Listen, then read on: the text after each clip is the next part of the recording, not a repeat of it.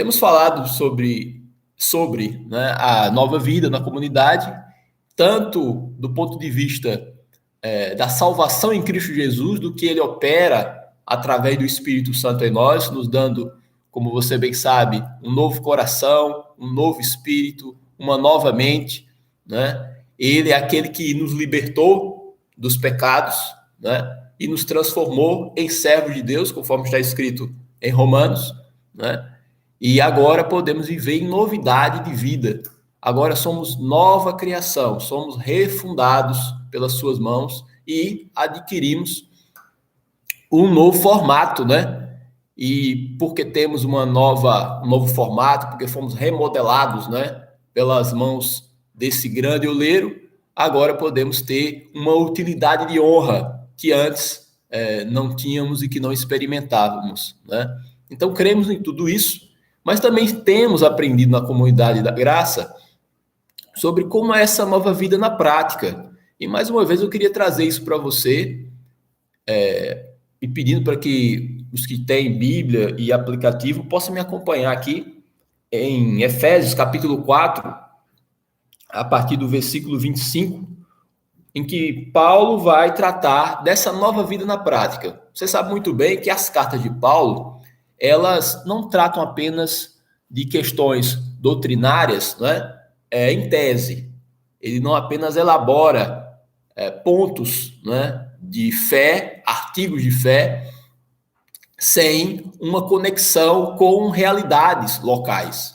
Então, cada carta, Paulo já tem um conhecimento prévio das dificuldades, dos dissabores, né, e dos pontos que merecem instrução e correção na vida dos destinatários daquelas cartas, né? Eram cartas que, posteriormente, elas circularam, né, nas comunidades cristãs ali nascentes, no primeiro século, mas ele também dirigia os seus escritos para resolução, né, e edificação das pessoas, considerando problemas e situações específicas e concretas, que ele também já tinha conhecimento.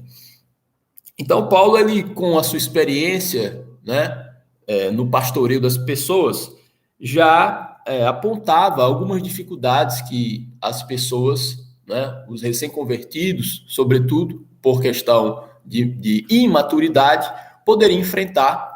Mas o que Paulo preza é que tenhamos, né, novas práticas na nova vida, porque tudo o que era necessário para uma vida santa e agradável aos olhos de Deus, né, e para a manutenção de relacionamentos saudáveis, não mais doentios como antes, mas saudáveis para a nossa vida, o Senhor já nos forneceu. Então fomos municiados de todo o necessário, né, para a vida e para a piedade, conforme está escrito em 1 Pedro. Ele nos deu seu Santo Espírito, um novo coração, uma nova mente, o perdão dos nossos pecados, né, e a ruptura completa com essa base acusatória que o diabo tinha contra nós, porque os nossos pecados eles foram lançados no mar do esquecimento, conforme está escrito em Isaías.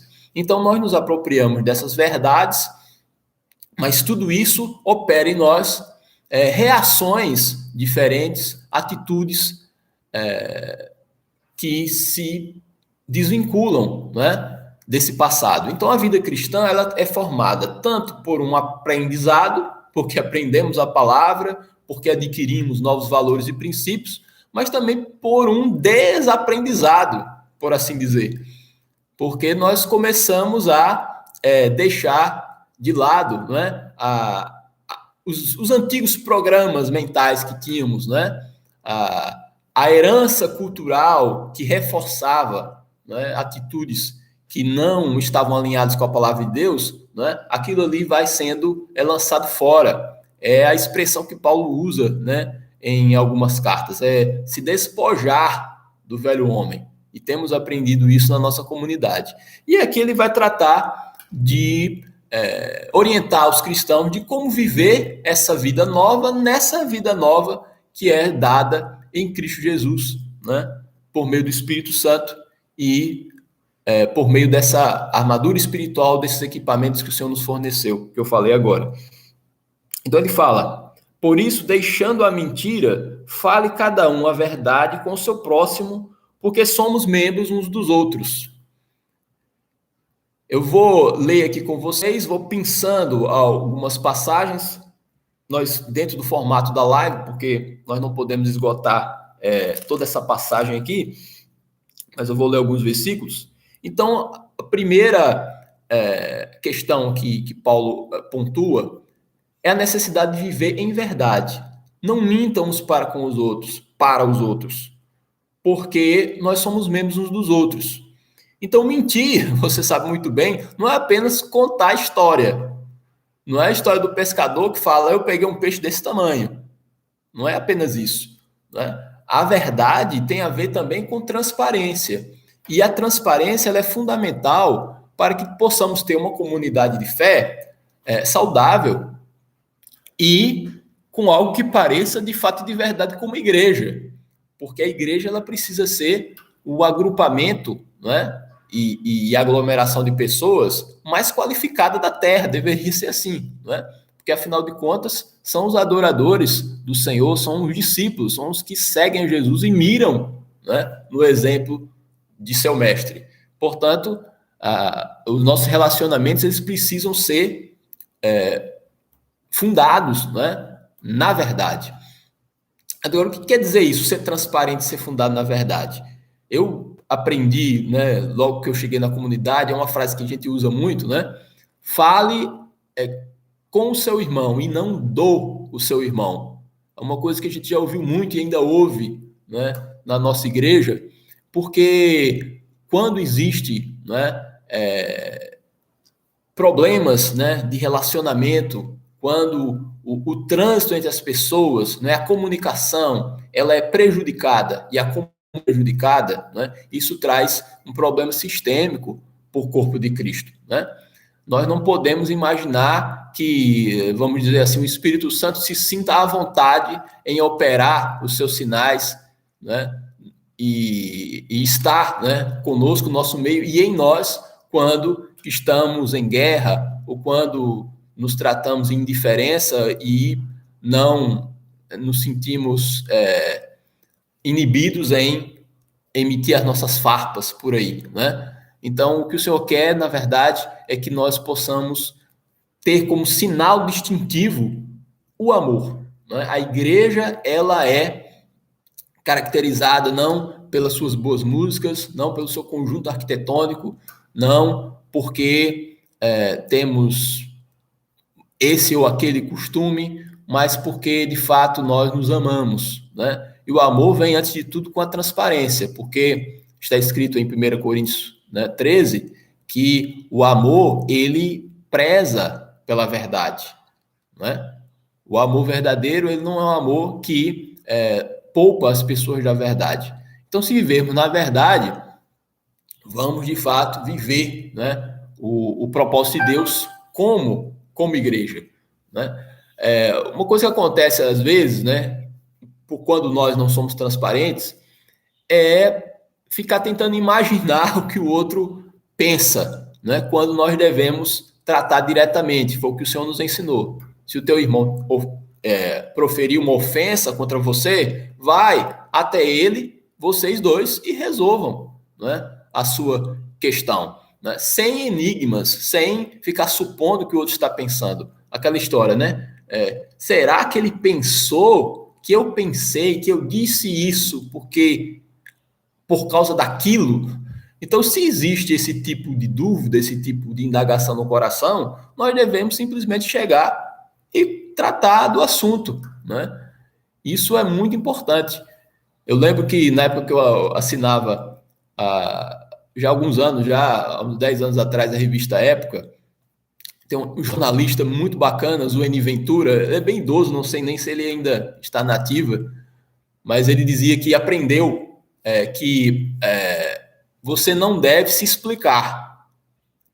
Por que você não deve se explicar? Porque para os amigos não precisa, e para os inimigos não adianta. Então a gente deveria, né, viver mais ou menos nessa orientação aí do Zueni Ventura, porque para os amigos a gente não precisa de grandes explicações, porque eles conhecem o nosso coração, né? Porque estamos alinhados no mesmo propósito. E para os inimigos, não adianta a gente gastar o nosso latim e desidratar a garganta, porque realmente não vai adiantar a gente se explicar. Então, para os inimigos, a gente tem apenas a oração, né? E o serviço, para que um dia, né, nós nos vinguemos deles. E como é que a vingança vai acontecer? Quando eles se converterem a Cristo e se tornarem nossos amigos, né? Então, precisamos entender que a nossa comunidade de fé, né, a igreja é um lugar de transparência e de verdade, que vamos tratar as questões sempre na luz. Isso é muito importante, porque quando isso não acontece, você cria, né, um bloqueio espiritual, né? Tanto é verdade que Jesus traz uma instrução, né, que às vezes nós subestimamos, que ele diz o seguinte: até quando você vai ofertar, se por acaso ocorrer na sua memória que você trouxe, né, um desgosto a alguém, ou que existe uma relação trincada com alguém, você primeiro tem que procurar reconciliação. E aí depois, reconciliado, traga a sua oferta. E essa oferta, ela tanto diz respeito, né, à oferta financeira, né, dízimos e ofertas, mas também a oferta de louvor, porque isso também conta, né? Então, é algo que beira, né, ao ridículo, vamos falar assim, quando nós erguemos as nossas mãos, quando adoramos a Deus, né, tudo com Deus e nada com ninguém. Quando estamos com os relacionamentos rompidos, né, trincados, questões mal resolvidas, e ao mesmo tempo oferecemos, né, a nossa adoração, seja na forma de dízimo e oferta, seja na forma de cânticos. Então fica toda aquela cantoria que traz um desagrado aos ouvidos de Deus, né? Porque, como está escrito, né, em Isaías, né, o Senhor ele não suporta, né, o pecado associado ao ajuntamento solene.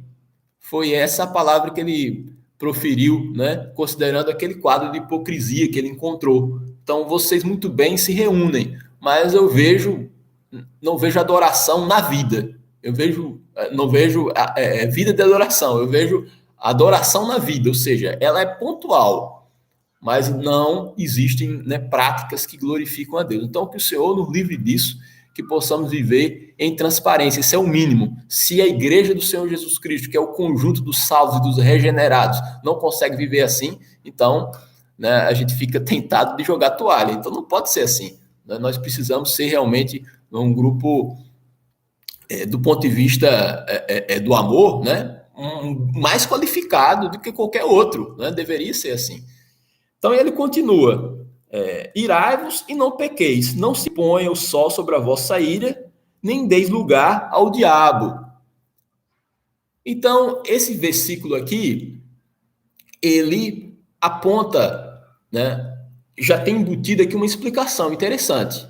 Então veja que o foco não é o sentimento, o foco é a reação.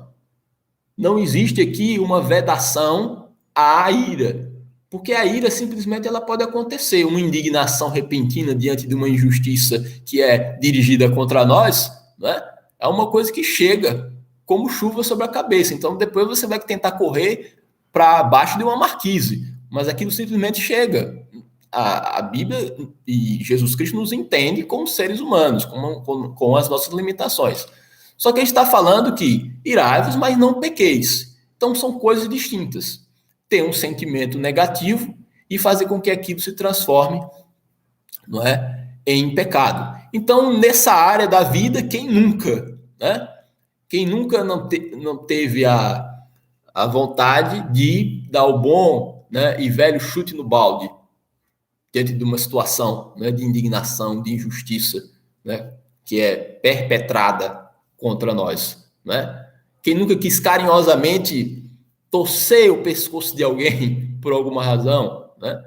Então essas coisas, né, esses sentimentos que podem ocorrer na vida do cristão, né, mesmo que regenerado, mas nós não somos controlados por esses sentimentos.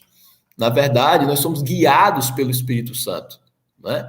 Então o Espírito Santo habita em nós não por uma questão recreativa, porque muitas vezes, né, e talvez você concorde comigo nessa observação, né, a função que damos ao Espírito Santo é de nos proporcionar aquela sensação gostosa de arrepio, né? de manifestar, né, dons mais explícitos diante das pessoas para que o culto, né, público fique mais animado. Quando, na realidade, a função, uma das funções primordiais do Espírito Santo, que nos foi legado por Jesus Cristo, é trabalhar no caráter do ser humano, né? Não adianta a gente ter toda, né, uma desenvoltura no culto público, quando, na verdade, né, o caráter é o mesmíssimo de sempre. Então, o que o Senhor quer fazer é mudar o nosso caráter e também disciplinar as nossas reações diante da vida, que é cheia de armadilhas, cheia de truques, né? Seja por conta da ação do maligno, seja por conta das dificuldades mesmo, né, do cotidiano, e que isso nos testa o tempo todo. Então, irai-vos e não pequeis, e não deis lugar ao diabo. Veja bem, nós nos tornamos mais perigosos, nós nos tornamos mais amargurados, né, na proporção em que temos mais razão. É exatamente a ira provocada pela injustiça praticada por nós que nos enche de argumentos. E porque eu tenho muitos argumentos, né, no bolso, e é exatamente porque foi feita uma grande injustiça por mim e porque eu tenho, né, estou do lado da razão, é que essa ira ela pode ser muito mais perigosa para a minha vida espiritual, porque isso me dá uma série de direitos, né? O direito de ser indiferente, o direito de ser hostil, o direito de ser rude contra os outros, o direito de ser debochado, o direito de ser irônico, de ferir as pessoas, ou seja, de ser tudo aquilo que Cristo disse que eu não devo ser. Exatamente porque estou cheio de razão, não é? Então, o que o Paulo nos ensina é que se somos acometidos por algum tipo de ira, e uma ira até com razão, nós não devemos deixar que o sol se ponha, ou seja, nós não devemos arquivar isso, né? Nós não devemos colocar isso como algo que vai nos dar base para dar vazão a toda, né, a nossa indignação contra os seres humanos, porque a nossa guerra não é contra a carne ou sangue, diz Paulo, mas contra as forças, as hostes do mal que são atuantes no mundo. Então nós não podemos dirigir essa energia contra os seres humanos, porque aos seres humanos nós somos devedores de amor. É isso que a palavra de Deus fala. Nós somos devedores de amor e devemos nos sentir assim, porque foi isso que Jesus sentiu pelas pessoas e provou isso ao assumir aquele sacrifício de valor inestimável.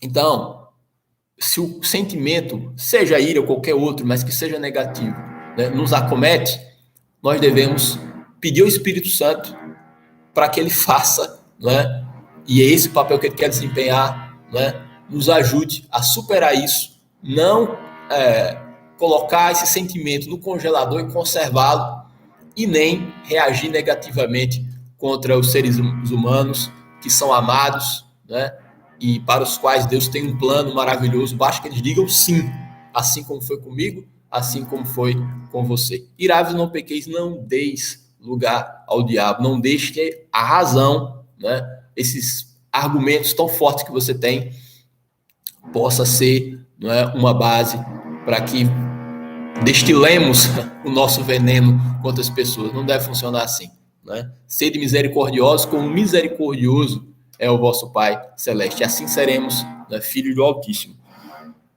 E ele fala mais aqui: aquele que furtava, não furte mais. Antes trabalhe fazendo com as próprias mãos o que é bom, para que tenha com que acudir ao necessitado. Esse versículo também ele ensina uma coisa muito importante.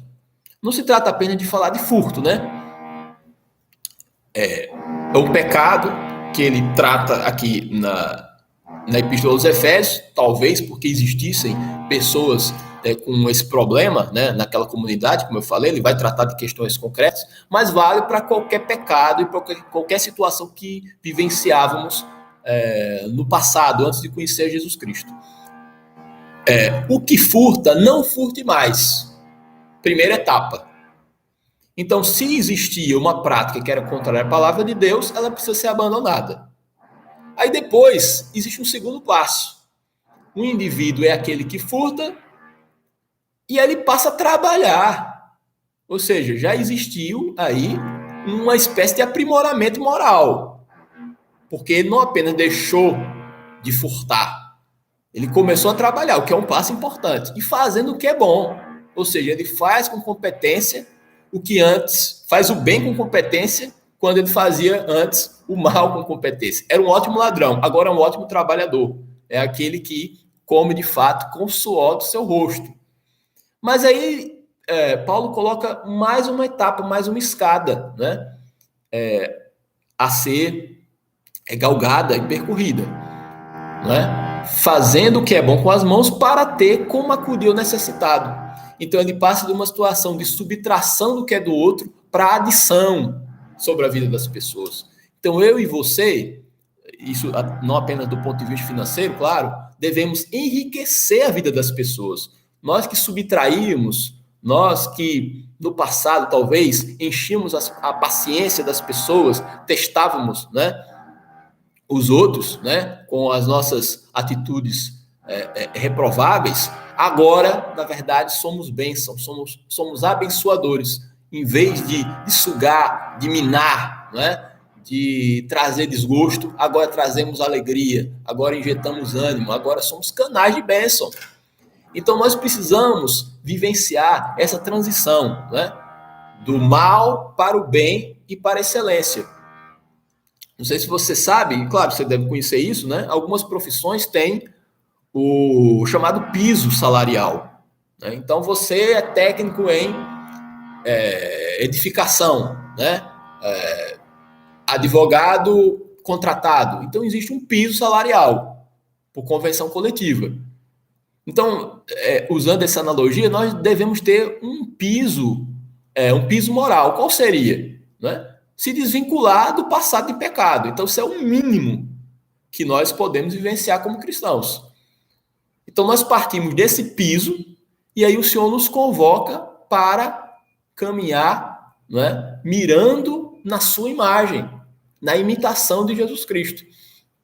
Ocorre que muitas vezes nós presenciamos uma espécie de festejo simplesmente pelo fato de alguém não vivenciar os pecados que vivenciava, né?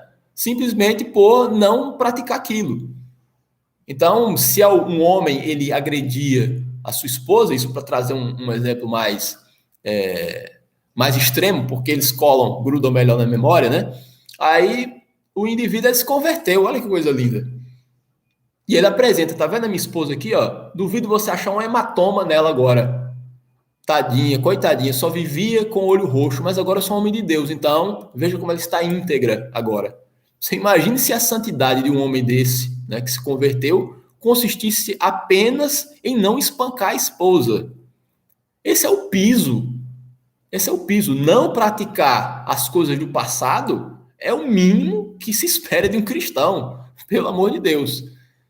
Então, o que esse homem então ele precisa agora experimentar? Não apenas não agride, né, a bichinha, mas agora ele é um marido exemplar. Agora ele trata com carinho, com honra e a mulher como vaso mais frágil, conforme está escrito em Efésios. Né? Então ele passa do piso para um crescimento espiritual, pelo amor de Deus. Então a gente precisa sair, né, dessa situação de ficar como um ex-pecador. Veja que maravilha, eu não sou mais como antes. Só que o antes era bem ruim, né? Então agora, para onde você está indo? Nós estamos indo na direção de Jesus Cristo. É uma caminhada longa, né? Eu e você temos as nossas limitações, mas vamos mirar onde? Né? Que exemplo humano? Jesus Cristo, que é o protótipo do ser humano perfeito, e é nele que nós vamos nos espelhar e nos inspirar. Né? Então somos nesse mundo como Jesus foi no seu tempo. Precisa ser assim, precisamos alcançar isso, né? Em nome de Jesus Cristo. Aí ele vai falando mais aqui, ó. Não saia da vossa boca nenhuma palavra torpe, e sim unicamente que for boa para edificação, conforme a necessidade, e assim transmita graça aos que ouvem. Então, agora a nossa língua não pode ser objeto de agressão contra os outros, né? Essa palavra torpe, algumas versões falam, palavras que fazem mal aos outros, né? E aí eu remeto vocês ao livro de Provérbios. O livro de Provérbios está recheado de versículos que falam sobre essa necessidade, né, do uso moderado e sábio da língua. Está escrito em Provérbios que a língua, né, do ímpio, ela é como pontas de espada, mas a língua do sábio é medicina. Então, as falas, né, que saem da nossa boca precisam ser dirigidas à terapia, ela precisa ter um efeito terapêutico sobre os outros. Então, se antes criticávamos, agora elogiamos. Se antes nós tínhamos falas ingratas, agora temos falas de reconhecimento. Como é bom nós reconhecermos o valor das pessoas, né? De impulsionar as pessoas.